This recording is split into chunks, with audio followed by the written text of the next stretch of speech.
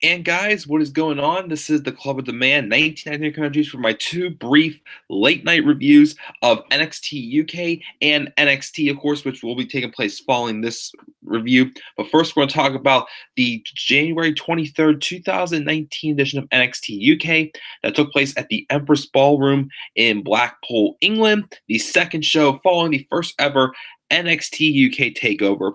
Overall, I thought it was like a solid show. It wasn't really, the fanciest. Obviously, that was just a show giving some people, who even like are having like a little bit of like the fallout from UK takeover, and then of course like trying to like put over some other talents, and then also trying to further on a feud between a match that didn't happen storyline wise at NXT UK takeover that ended inconclusive. That obviously means these two are continuing on. We also got, of course, another tease of what to get in the future with the UK Championship division as well.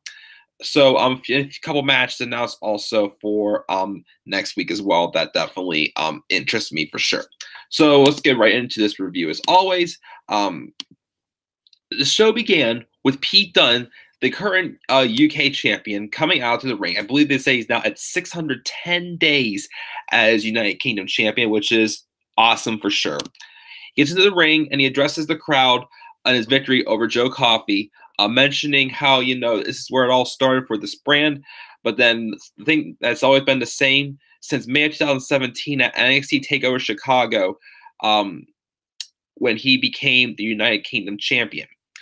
He was then interrupted by Gallus, who claimed that the war between the two men apparently is not over. And they made their way to the ring, about to, do business, when Walter came out. The first time he has appeared on NXT UK since his debut after the main event of NXT UK TakeOver Blackpool, which was awesome. He comes down to the ring. Both he and Dunn, are facing off before Gallus tries to strike. They Wolfgang and Mark Coffey tried doing the dirty work, but they're able to fend them off. But then Pete Dunne and Walter then stare each other down.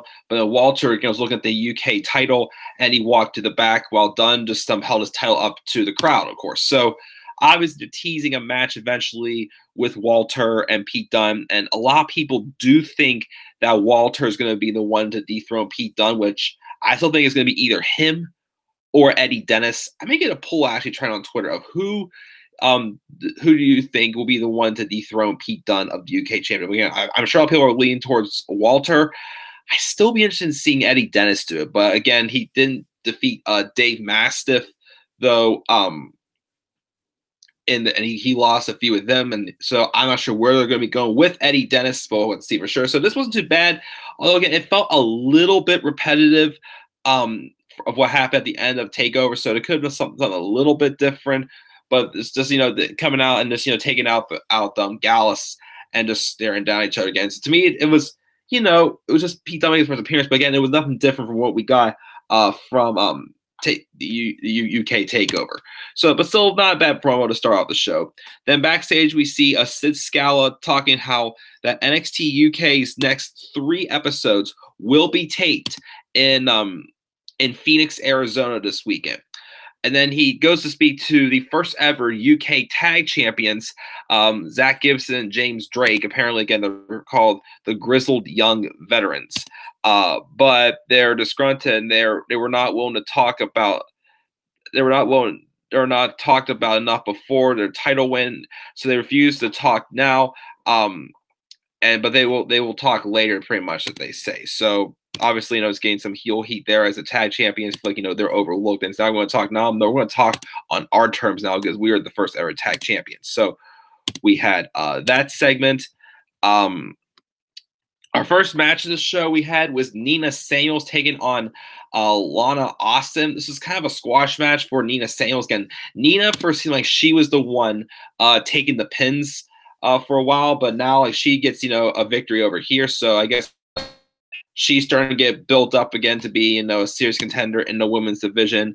Austin did turn things around towards the end game, momentum by hitting her opponent with a clothesline and a forearm for the chest, but then Sam will pick up the victory after she hit a prima donna, a fireman's carry into a modified neck breaker. The victory is just a squash match. She gave Nina Samuels a victory for sure.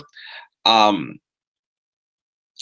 second match was a match with Eddie Dennis and Jamie Ahmed. This is Eddie Dennis, just having a match, to get himself back on track after suffering the loss to Dave Mastiff in the no DQ match at TakeOver UK, which I was kind of disappointed with that match. Again, I really thought Eddie should have won that match because I really still think he should be considered to be the one to dethrone Pete Dunne based off of the story.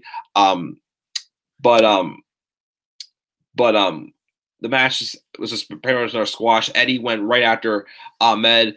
He took control when he launched the opponent up to the opposite corner with a strong Irish whip. Ahmed did try to put up a good fight, though, showing off some of his boxing skills, but Dennis never looked like losing and picked up the win when he followed up a middle rope deadlift suplex with his trademark neck stop driver to get the victory.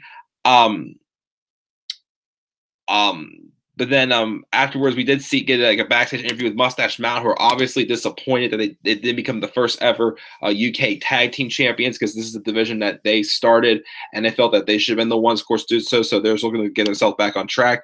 And then Sid Scala makes a match next week between them and the European Union, Fabian Eichner and Marcel Barthel, who again is quickly becoming one of my new favorite tag teams, guys, for sure. So I look forward to see where this goes, of course, next week and whatnot, where Mustache Mountain goes, as well as at some point for sure they are going to get one of those UK tag titles. I definitely think it's going to happen, but I'm just not sure when it's going to happen.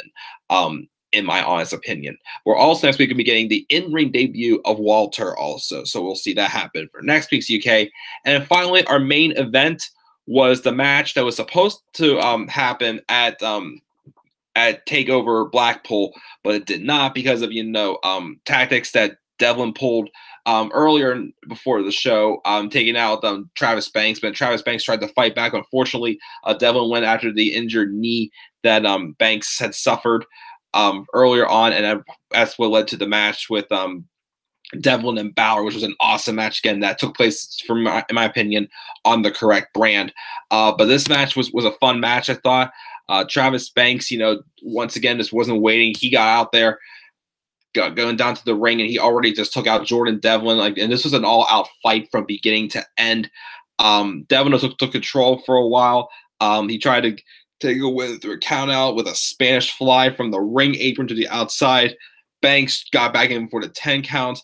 Another Spanish fly was hit moments later, but this time it was in the ring, but Banks was able to pop straight back to his feet within a second for the match to continue. But towards the end, both these superstars had brawled or outside the ring and whatnot. They had literally, it was a fight. This was an all-out fight. These two beat the living hell out of each other, just getting how personal this feud has gotten with Devlin, just saying that, how Banks does not represent his country well and whatnot. He's not tough enough or anything like that.